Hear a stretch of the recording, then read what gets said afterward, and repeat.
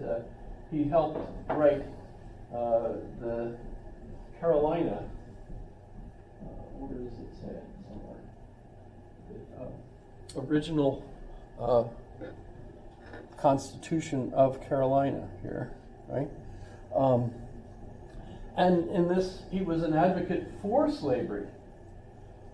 And that's because the nobles, including, I think, Shaftesbury, are selling slaves, picking them up in Africa and selling them in the New World, and making their money off of it. At some point, though, and I suppose you'd have to try to get a biography of Locke. Locke comes to conclude that slavery is a horrendous thing. So I think that, by the way, I don't think he was ever actually physically involved in the slave trade. He was doing the paperwork in England, not actually on any ships or going to the New World or any of that stuff. But he's busily making. But by the time we get to his two treatises, which did I even? Well, I did send you the link for it, right?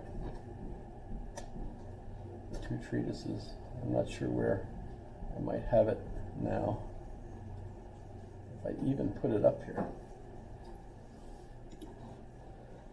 But by the time we get to the two treatises, it's two treatises. The first treatise is a response to Sir Robert Fulton, or whoever he was. I don't know if you took a look at it. And people were responding to Thomas Hobbes. Thomas Hobbes gives us in the Leviathan, he gives us a social contract, and in the social contract he points out the state of nature. And in the state of nature, remember, it's a dog-eat-dog world where life is nasty, brutish, and short. And you end up with everybody having all these rights, but that right includes killing others, if they want something, and so on. So we've got to control that, so we form a contract, and the social contract, we agree that we won't kill one another for things, we will respect the law, and so on. Initially, of course, that doesn't really work, because as soon as the guy who's going to do the night watch falls asleep, we kill him and take his stuff. So that doesn't work very well. So what we need is an executor, who will execute the laws, that overwatches the whole deal, which is why you gradually get this theory that explains why the absolute monarch is the best form of government for Hobbes, right? But it's based on the bottom-up theory that the reason we have that monarch is because we, the people, have picked him for our own protection, for our life, liberty, and what, of course, will become property, right? Lots of people were arguing against Thomas Hobbes because of this argument, and pointing out that no, if we go to the Bible, to the source of everything, we can see that Adam was initially the ruler of everything on the earth, and from him his heirs, etc. Which, if you think about it, we're all sons and daughters of Adam and Eve, right? And if that's, by the way, everyone knows that there's actually a mitochondrial Eve that's been identified. Yes? Yes, Yeah. yes. Yeah. Okay, mitochondrial Eve was the first woman from which we were all from. Not necessarily the first woman, but as far as we can go back, as far as tracing mitochondrial lineages, it goes back to, her. Yes, we all have mitochondria in every cell, and the cell gets all of its energy from the mitochondria, and the mitochondria are not actually us. Mitochondria are a living thing that lives in our cells. It's not part of our genetic makeup. But without mitochondria, we wouldn't have any energy, the cell wouldn't have energy to do anything, right? I'm not making this up, this is what I understand to be the current science on this. Although, of course, science is advancing like crazy, so it might change today. But the mitochondria do have DNA. And so you can actually trace the DNA of the mitochondria in your body. And what we've actually discovered is that you can trace the mitochondria back to a particular woman who was the woman from whom all of us got our start. And they have an interesting way of figuring that out. How long ago that was. There might have been humans before that. Remember, there was a point at which there were only about 2,000 survivors from a disaster, probably a comet or something of that There sort. was a super volcano, I think, in Indonesia. Well, we've had multiple different, but in any case, yeah, that was like 60,000 years ago when life almost died. That was the title of one of the books I've seen. I have a copy of it. But in any case, so there's a mitochondrial Eve. Notice that the Y chromosomal atom, so that's your mitochondria, even as a male, came from your mother. You don't get mitochondria from your father. It's not part of the sex relationship. All the mitochondria in your body comes from your mother, and hers came from her mother, and her mother, and her mother, etc. Yes, you're all familiar with this? Maybe? And so you can trace your mitochondrial back, the 7 daughters of Eve, etc. There's some interesting stuff about that. And the reason it only comes from your mother is because you get it through her blood. So she gives you, in her blood, the mitochondria is shared with you. And so you don't get it from the father, because you're not growing in the womb of your father unless you're,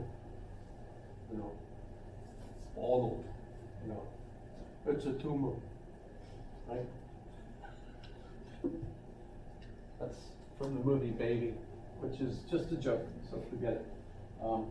But the interesting thing about the Y chromosomal atom is they've also got an atom. They weren't actually concurrent, apparently, at the same time. But your male line can be traced back and back and back. Remember reading The Iceman, the man that they found buried in the ice in the Alps, and did a DNA study of him and discovered that the author of the book I read did a study of him and discovered that he had the same Y chromosome as his neighbor in London. So you could actually trace your father's line back, because the Y chromosome doesn't change.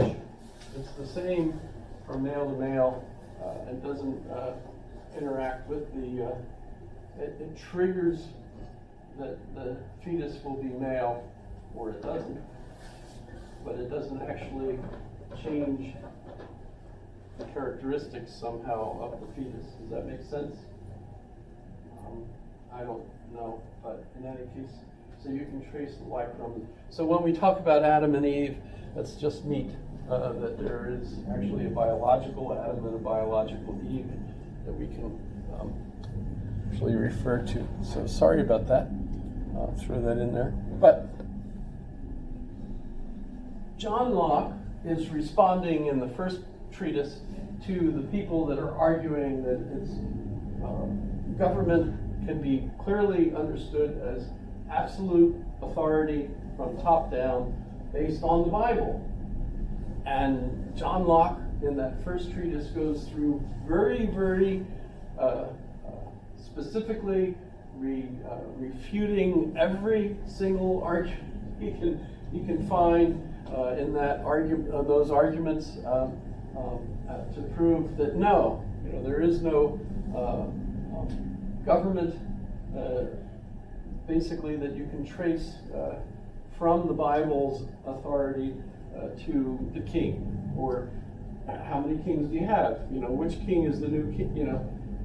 No, it doesn't work that way, and he refutes it. It's very boring unless you're into Genesis, especially. But boy, there it is. And by the way, that also points out he was raised as a Puritan. His family were Puritans. What are the Puritans? If you think about the Puritans as an offshoot of the Presbyterians and the Calvinists. Remember, though, the Presbyterians and the Calvinists were really both, John Knox, John Calvin, Scottish Presbyterians, and reformers. And the Puritans were those reformers from those reformed churches that thought that they hadn't reformed enough. So they wanted a little bit more of a Puritan religion. And in fact, they tried to do away with the Catholics, and they tried to inspire their countrymen to have a church, the Puritan church. The British do have a church. If we go back and look, where did that start? That was Henry VIII. Henry VIII had originally been a supporter of the Catholic Church, but when the Pope refused to give him a divorce from Catherine of Aragon, which he wanted because she wasn't having any surviving boys, he decided, well, the heck with you, and he decided to take his church out of the Catholic Church and become instead the Church of England, with he as the head of the church. And that became the Anglican Church. And the main difference between the Anglican Church and the Catholic Church really was that the king was the head of the Anglican Church instead of the Pope. But they kept many of the same practices. So if you're familiar with in the United States, the Episcopal Church, which is the Anglican Church, couldn't keep the Anglican Church as the Anglican Church once we had a revolution and we were no longer subjects of the king or queen of England. So instead, the Anglican Church changed and became the Episcopal Church of the United States, although we are actually still affiliated with the Episcopal Church in England, which is the Anglican Church. But they have high church and low church. The high church is pretty much like a mass. They follow the mass. They have all the Roman vestments and things, etc.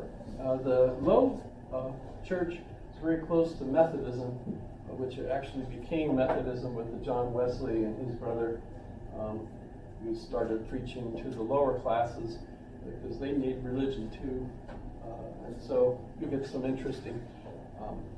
If you ever get to see the play, there's a play about John Wesley, the man from Watergate? No, Watergate was the Nixon thing.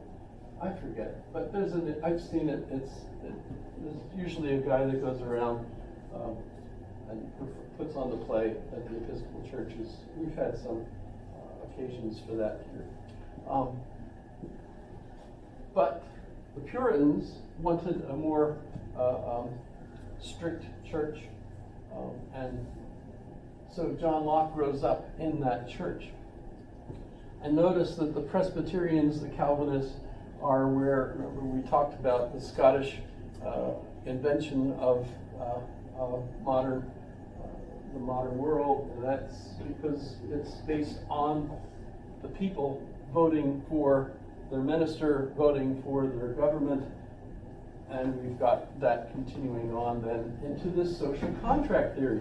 And I suppose the main thing I want to put out, argue for with regard to social contract theory is that it's who's in the contract and what contract it is.